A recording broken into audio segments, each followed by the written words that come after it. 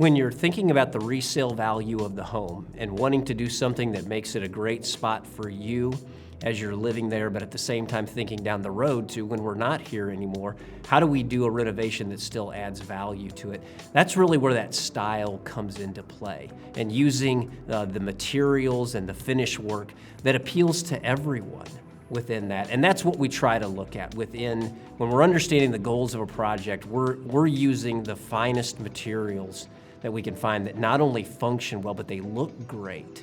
So it's not necessarily perceived in finished projects, oh, this is something that was only built for maybe one demographic, but everybody can see how they can use it. I had a mom tell me that had redone her bathtub. She said, what I love about this is I use the grab bars to get in and out of the bathtub, but this is where I put my kids' washcloths. So it's got great function for the whole family. And so it's just being attentive to the details of it to say, hey, what functions and looks great at the same time.